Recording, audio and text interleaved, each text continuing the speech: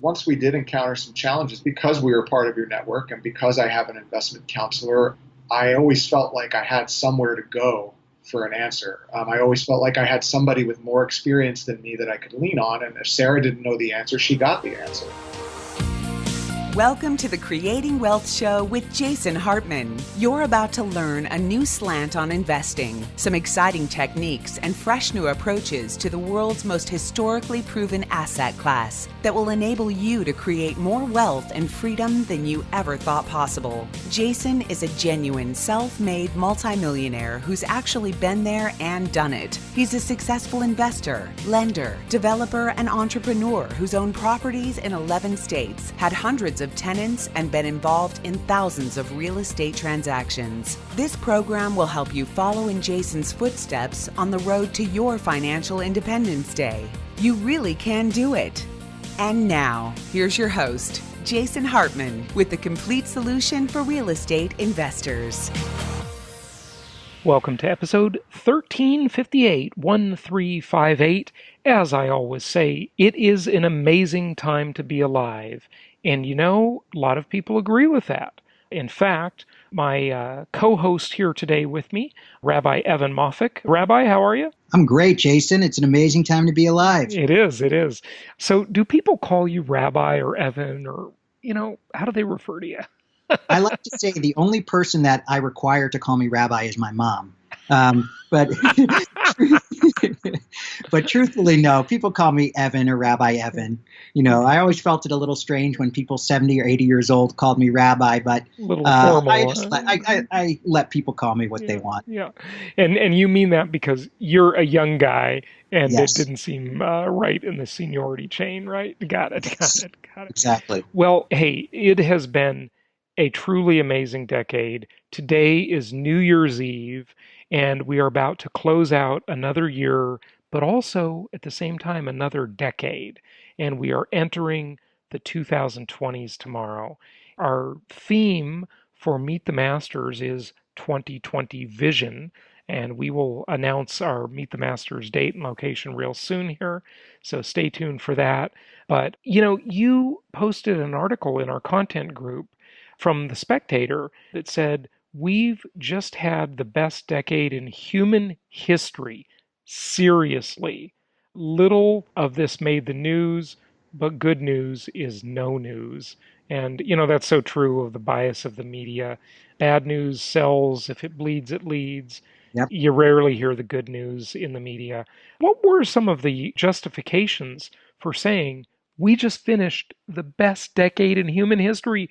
Really? With all this bad stuff going on, with all the problems we've got, was it really the best decade? Well, life expectancy is up.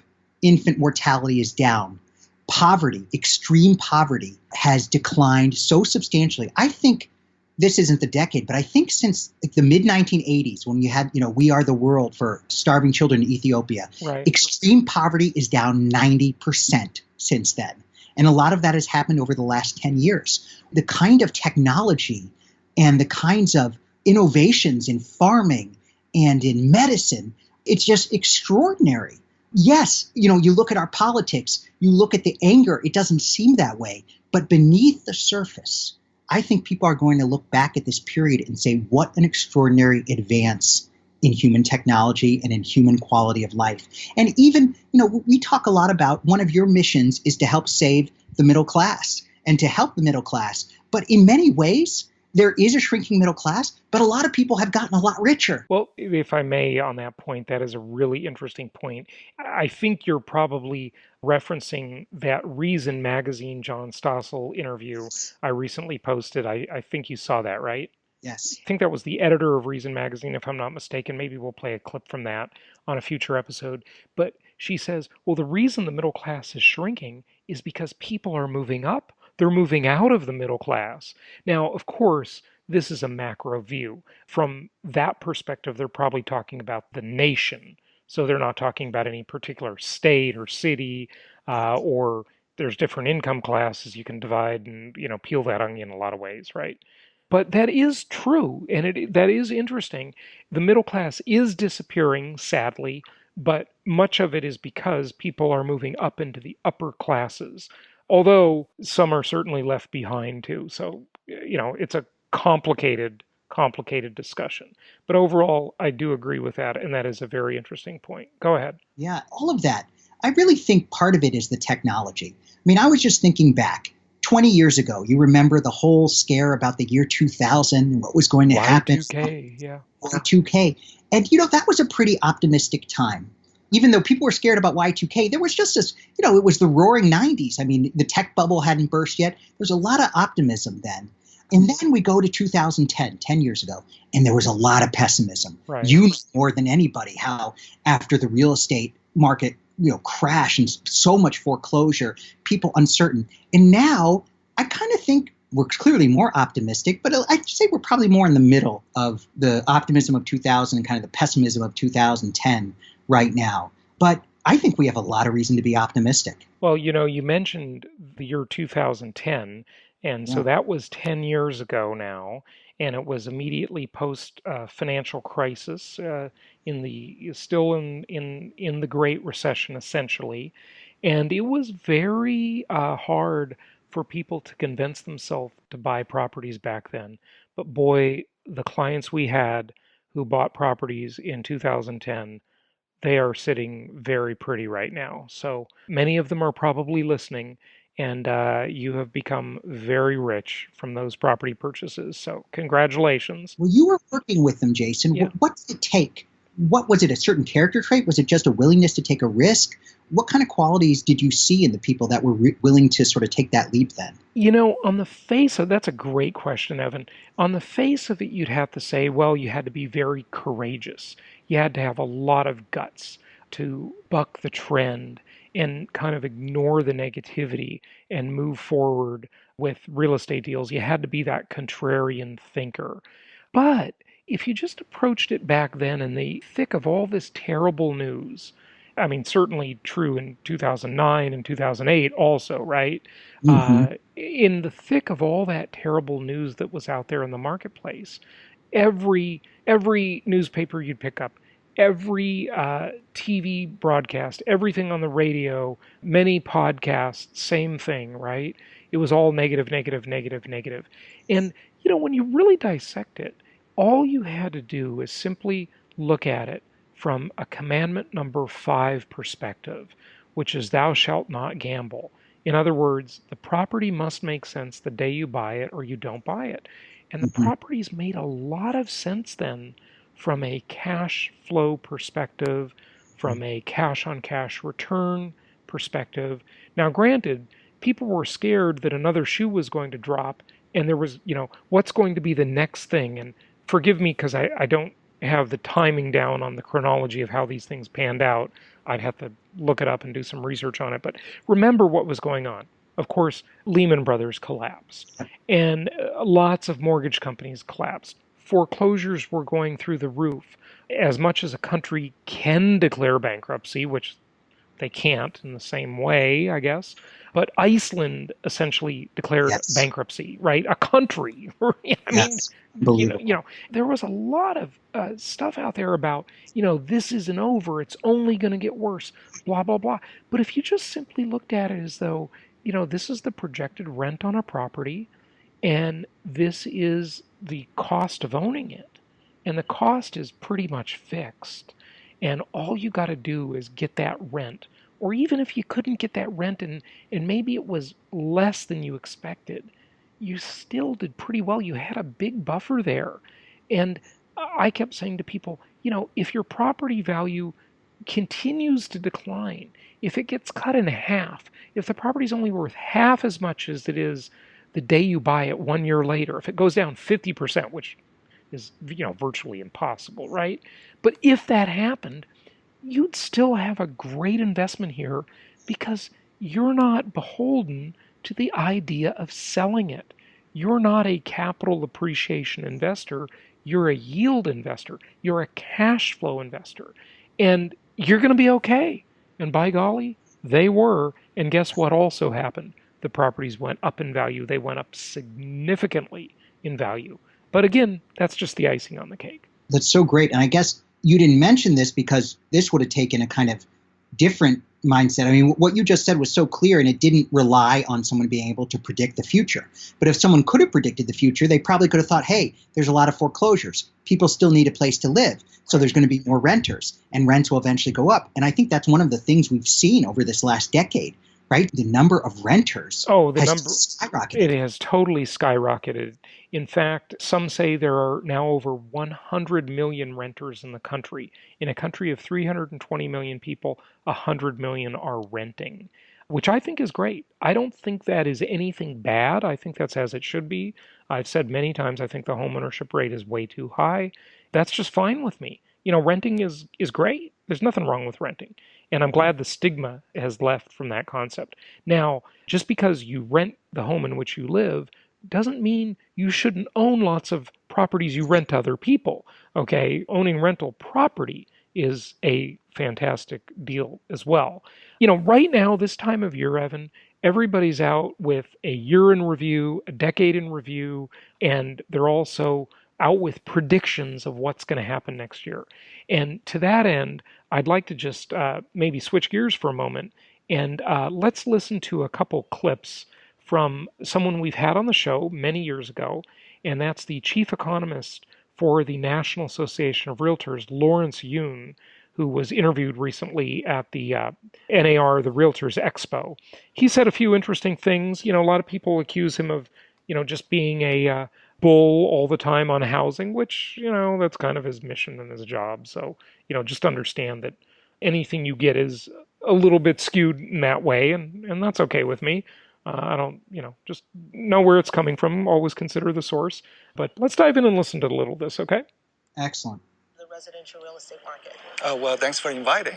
The 2019 residential real estate market, the first half of the year was a bit slow, but we are really making up for it in the second half. Second half, much lower mortgage rates, that is reviving buyer interest. First-time buyers are beginning to enter the market. So in the second half of the year, measurably higher sales activity compared to the year before. So what are the major trends? The major trend is that overall sale as a year as a whole is about same as last year, but home prices are still rising for 7 consecutive years rising. I would say a little faster than the historical average, faster than people's income growth. And that's because we just don't have enough inventory. Lack of supply is pushing up prices a little too fast. By the way, Evan, one of the comments on someone that was on our YouTube channel was commenting and talking with me about one of the videos and how we talked about how home price appreciation has dramatically outpaced incomes, basically for the greater part of 4 decades. Wow. And from 1977 to 2017, for that huge multi-decade period, in real dollars, in other words, adjusted for inflation, in real dollars, constant dollars, Americans mostly haven't had a raise. Their income has not increased. But here's the problem, and what Lawrence Yun just mentioned. They talk about home price appreciation outpacing incomes, but what they don't talk about is home mortgage payments in relation to income, because very few people buy with cash. Right. Who cares what the price of the house is? I care about the payment on the house. That's what I'm buying. And so that example that I commonly give at our live conferences about, buying the house in 1972 and the median price was about $18,000, but the interest rate in the middle of 1972 was 7.37%. Okay, 7.37%. And it's been much lower lately. So the income versus mortgage payment ratio, although I don't have a chart in front of me on that, we should get back to you on that one. I wish we had a whole research department. You know what? That would be so great.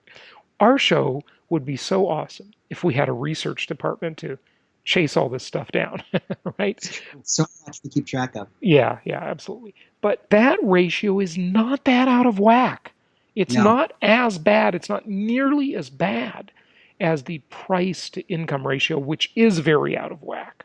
Okay. Well, then do you think, because now, at least from what I've been reading, wages are finally going up. In fact, I think I read something in the Wall Street Journal that wages for blue collar workers actually rose at a higher percentage this year than white collar. So do you think then that that might portend an increase in interest rates? Because one of the things that allowed people who weren't getting raises to still buy homes is interest rates kept getting lower. Maybe now there can be a natural increase. Yeah, not yet. I don't think the Fed is ready to tighten yet. There are some signs in the global economy that are not looking very positive. Of course, we've got the trade negotiation going on that is hugely significant. But I was just watching a YouTube video this morning about one of the wonderful effects of global warming, okay, and that is that the Northwest Passage for shipping has opened up because the ice has melted. And that is a huge deal that is going to reduce prices of consumer goods even more so than they are now, because now shipping doesn't all have to go through the Panama Canal, which is very expensive. So that's another benefit. There's all of these things going on, very, very significant things. A lot of them we never hear about, that we don't even realize. Isn't that the beauty of capitalism? Because not one person can control all these different factors. The crowd ultimately decides. And you're talking about the actions of literally billions of people. And that's what makes economics what they call the dismal science, because they say that economics was invented to make astrology look very accurate. So yeah, it's interesting. But anyway, the mortgage payment to income ratio, not nearly as bad as the house price to income ratio. Let's continue with a few more comments here on this interview. So there's been a lot of activity on the national front. We had a trade war, the Fed lowered the interest rates, as you mentioned, ballooning deficits. Overall, the federal government has had a lot of actions that they've affected the real estate market. How so? One has to always expect some external factors influencing real estate. And the trade war discussion has really harmed business confidence, not consumer confidence. Consumers are just looking at their pocketbook and they're saying, well, job creation, wages are rising, so I'm going to go out and spend. But the businesses need to plan out for the future years, and they are saying trade war, we're afraid of it, and they have held back some. But now it looks like there could be a trade agreement rather than a trade war with major countries. Stop calling it a war. It's a negotiation. Okay. He needs to listen to the podcast. Yeah, it's a trade negotiation. They only want to say trade war because they want to make Trump look like a warmonger, and that's what the media does. And interestingly, we haven't entered any wars, so. Yes, in a peaceful time. They're all Twitter wars. They're pretty harmless. Revive business spending, so we'll see how it plays out. So what needs to happen from an economic policy perspective to make sure that we have a healthy real estate market? I think we need to assure first that consumers are healthy, let the consumers do what they need to do. And the business side, less uncertainty is better. And the government side, there is a room for continuing low interest rate policy because of low inflation. But the rising budget deficit, that could become worrying in the future, but so far, the market is not responding negatively to very high budget deficit. And that's a good thing. So far. What should we expect for 2020? 2020, I expect that home builders will... Here comes the predictions. So fasten your seatbelt. Building more. We are in a housing shortage. Usually entrepreneurs respond to market incentives, which means that more inventory means tamer home price appreciation, good for potential buyers. And as buyers come in, we're going to get increase in unit sales. So bottom line on the residential is unit sales to rise roughly 3 to 5% in 2020. Home prices, I hope it grows only around 3%. Okay, so he's predicting moderate home price growth and more inventory, but of course, what he doesn't tell you is what geographies and what price segments. That's the key. And two home builders have come out and formally said they are going to finally start focusing on the more affordable market in the homes that they build. But Evan, the last 10 years has been really tough for new home construction. Right. Just the new homes that have been built over the last decade, Expensive. much more expensive, building to a higher price market. They just can't, or at least so far haven't been able to, make the numbers work on building inexpensive starter homes, entry level homes. There's just there hasn't been enough profit Maybe, margin in there to build them. maybe the decline in regulations. I mean, that's been one of President Trump's sort of big economic contributions. Is Sure. just so many regulations. Maybe that will allow home builders to build houses with less costs, and hopefully they'll pass that on to the consumer. And that may be true. And the head of HUD, Ben Carson, who has been on the podcast here, he was a presidential candidate, and Trump appointed him to head up HUD, Housing and Urban Development. And he was on the show a few years ago. He really believes in kind of a free market approach, where it's a complete 180-degree turn from the way the Obama administration looked at it. What they wanted to do is make government programs that forced building in certain segments and so forth. And what the Trump administration wants to do is just loosen up the regulations so that naturally developers will build more. And that'll solve the shortage. And like I've said many times, Trump is our first real estate president.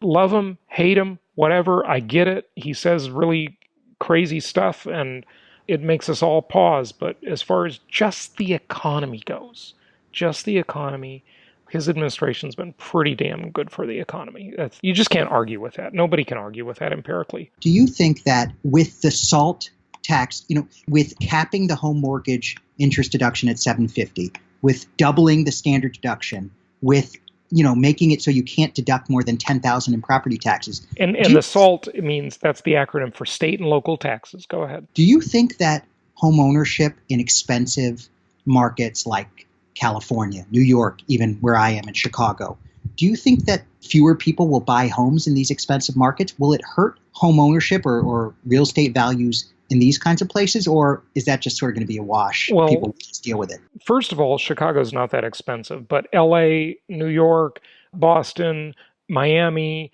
San Francisco, Seattle, on and on and on, the others, Washington, D.C., whatever, right? A whole bunch of them. Those markets are already seeing an exodus. Yeah. And arguably, you can say it's the SALT issue. I think that's part of it. But it's also just part of the fact that they're just overburdening and overtaxing people, and Yep. people are voting with their feet, as they should. It's just a much better quality of life to live in Florida versus New York. It's just not even a contest. I love to visit New York. Going to the city is great. Going to get a drink and paying $22 for it, it just feels wonderful. It'll keep you from drinking very much, True. It's an expensive evening.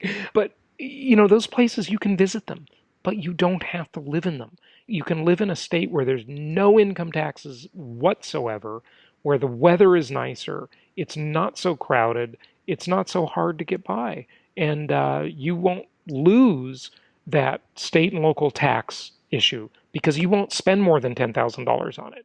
And if you get a $750,000 mortgage in any of those places that are just more linear or hybrid markets versus the cyclical markets, you can get a really nice home with a $750,000 mortgage versus in New York, you can only get a closet. Yeah, a member of my well, where I am in Chicago, I think you said Chicago is not that expensive, and that's true. Where I am, it's that the property taxes are crazy, and not having the 10,000, Sure. the 10,000 limit. But I mean the overall house price. Oh, for sure. A member of my congregation just recently moved to Milwaukee and was able to get a house like 3 times as large as here. So a few years ago, you did an amazing interview with Meredith Whitney, State of the States. State of the State. She was great. Yeah. So looking to the next decade, do you think that thesis of people moving to cheaper states, do you think that's just going to continue to play out? I mean, she's saying this 10 years ago or 5 years ago. Do you think that thesis remains true for the next decade? I think it remains more true. I think it's going to accelerate as technology allows people to be more portable, more mobile, and work remotely. Like I've said many times, geography is less meaningful than it's ever been in all human history. It still means something. Geography means something. It's just less meaningful than it's ever been at any time, ever in all human history. Okay? That's all. It's less and less meaningful. And that means people are going to vote with their feet and they're going to go to the places that have a lower cost of living and a lower government burden, whether it be just regulation of any type or specifically taxation. Now, my home state of California, which I'm going to harken back to Reagan's quote when he switched years ago from the Democratic Party. He was a lifelong Democrat. Ronald Reagan was president of SAG, the Screen Actors Guild, and he was liberal. And he said, "I did not leave the Democratic Party. The Democratic Party left me." And that's what I say about California. I didn't leave California. California left me. Okay? And what I mean by that is that over time, the regulatory burden and the tax burden just got so significant that, millions of people in these types of places around the world just ask themselves, is this worth it? They're just doing the math in their head, and eventually they get to the point where it's just not worth it. And so they leave. And that pace is only going to accelerate. In the 2020s, we are going to see that pace accelerate even more. And so to our listeners, I would say be on the right side of that trend, not only with your own investments of where people are moving to when they vote with their feet, catch them when they get there by providing housing for them, but also for yourself. Maybe you can't move out of one of these places now. Maybe you think, well, that's not even in the cards for me. But you'd be surprised if you start planning and working toward it in 3, 5, or 7 years. It might be in the cards for you, okay? So just keep it in your mind, okay? Think about that. Do you have any other big macro predictions for the next decade, Jason? I mean, we talked about still the state of the states. I mean, you've talked so much about self-driving cars and those kind of technologies, but any other big sort of macro things for us to think about? Yeah, I'm going to have a lot of those. And, honestly, I have been so busy, I haven't had time to really sort of consolidate my thoughts on predictions. So I don't want to call this a predictions podcast episode because I'm not ready. But I do have, of course, quite a few thoughts on all these things.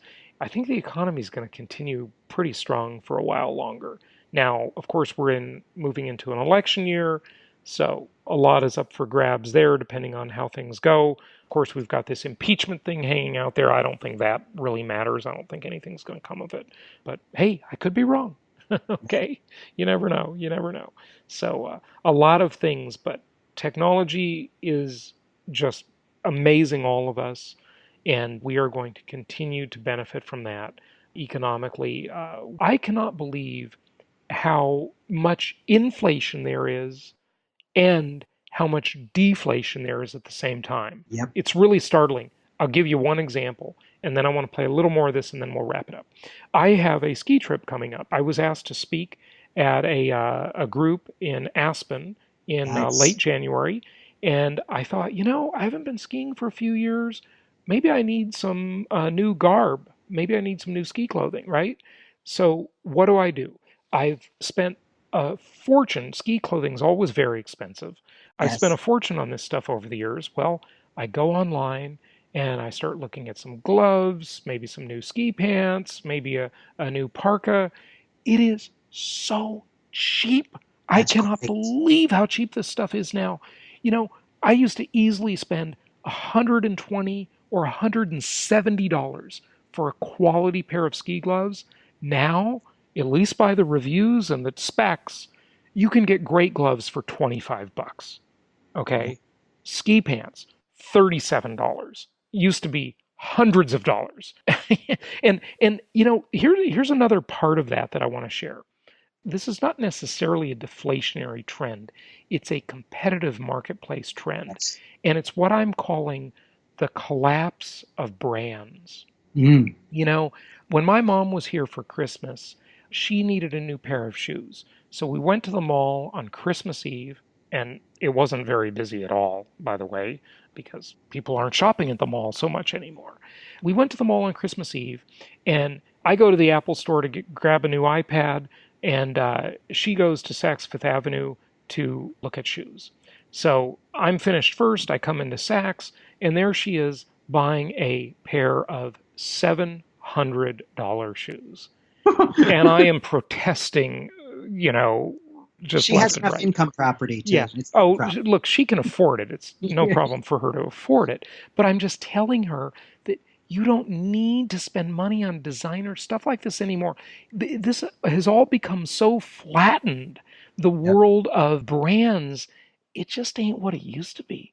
You don't need the brand anymore. You used to need the brand to get quality. And I won't deny that there is some difference in the brand, but the difference is nowhere near the amount of money charged. Okay. Her Manolo Blahnik, I just threw the shoebox away. I was thinking I should have kept it. It was when I threw it in the trash the other day. Her Manolo Blahnik shoes for $700.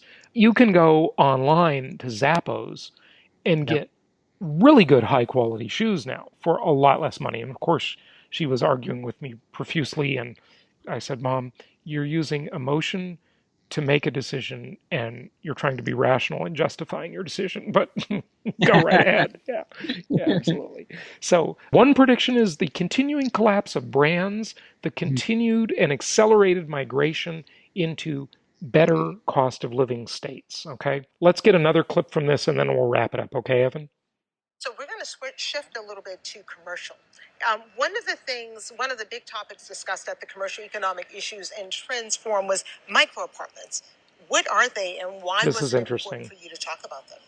Well, if one visualize what a one-bedroom apartment looks like, chop it into three pieces, and then you have a micro unit. It's not for every city, but in a very expensive city like San Francisco, New York City, maybe Boston and Washington, D.C., there is a real housing affordability issue. People desire privacy, but trying to get that one bedroom is just too expensive. So to have a micro unit will make it easier for people to have that privacy and also the entry. It's just ridiculous that anyone should have to do this in the first place. Have you seen, Evan, these micro apartments? I mean, I can't imagine. Yeah, it's cool that it's really efficient. And of course, we saw that many years ago in Tokyo. That's where I think that trend kind of started. And you've got them in Hong Kong as well, too, now, I think. Any place where there's just super high real estate costs. But why should you have to sacrifice and live like that? It's just not that important to live in these super high cost of living places anymore. It used to be critical that you live there when you didn't have the communication technologies we do nowadays. But technology has disrupted that. Here's a little more on this. Of living. So the option is either live in the basement with mom, or one can have their own more affordable options. Nice. So what are some of the trends that you saw? Anyway, we'll wrap that up for today. But Evan, any thoughts as we wrap it up? I think one of the themes that I think I've learned from you, and that I think is probably a good quality in income property investors, is a sense of optimism, that we have to be able to get through the difficult times, but you have, in a sense, to believe in capitalism, you have to be optimistic. The future is going to get better. And I think one of the things we look back over this past decade, and the optimists have won. I mean, if you started off, there was so much pessimism, but if you were optimistic, if you said we can get through this, and you were willing to act, you're doing great right now. Oh, yeah. So I think optimism, and as a rabbi, I mean, this is not really the focus of the show, but I think optimism as a human quality is extraordinarily important, and it helps us get through difficult times. So I would just hope that as we go into this next decade, we kind of reaffirm that optimism. It's American. It's sort of part of the American culture, that we've lost some of that. But let's embrace it again. Let's be optimistic about our future as both income property investors and as human beings. Yeah, absolutely. It is an amazing time to be alive. It's an amazing time to be a real estate investor. And even if you think a recession is around the corner, and hey, a recession is coming. I just don't know exactly when. Nobody does. But it will be here eventually. Just buy properties that make sense the day you buy them. Follow commandment number 5, and you'll be in good shape. The property must make sense the day you buy it, and that will help you weather any storm. And ultimately, income property investing is always a game of staying power. So if you can stay in the game, and the way you can do that is by buying correctly, buying properties that make sense from day one, you'll be in good shape. And then we'll be talking about those people 10 years from now when we do another last decade show in 10 years. It'll be like episode 10,000. On the eve of 2030. Yeah. Right. Absolutely. Well, hey, Happy New Year, everybody. Thanks for listening. It's been another great year on the show. Thank you for your support and your business. And we just love all our listeners and our clients. Go to jasonhartman.com for more. And Evan, thanks for helping me conclude and wrap up the year with this episode today. I appreciate it. Thank you. Thank you so much for listening. Please be sure to subscribe so that you don't miss any episodes. Be sure to check out the show's specific website and our general website, hartmanmedia.com, for appropriate disclaimers and terms of service. Remember that guest opinions are their own, and if you require specific legal or tax advice or advice in any other specialized area, please consult an appropriate professional. And we also very much appreciate you reviewing the show. Please go to iTunes or Stitcher Radio or whatever platform you're using and write a review for the show. We would very much appreciate that. And be sure to make it official and subscribe so you do not miss any episodes. We look forward to seeing you on the next episode.